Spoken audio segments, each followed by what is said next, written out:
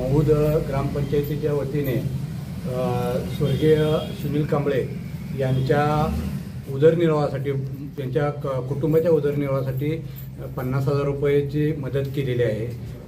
ग्रामपंचायतीचं आणि ग्रामस्थांनी सर्वांनी मिळून ग्रामपंचायत सदस्यांनी जो निर्णय घेतला तो अतिशय उत्कृष्ट आहे। याच पद्धतीने महूद बुद्रुकमधले सर्व व्यावसायिक ग्रामस्थ जे शेतकरी यांनाही मी एक आवाहन करतो या निमित्ताने त्यांच्या कुटुंबाला आधार देण्यासाठी आपण आपल्या परीने काय असेल ती मदत करावी।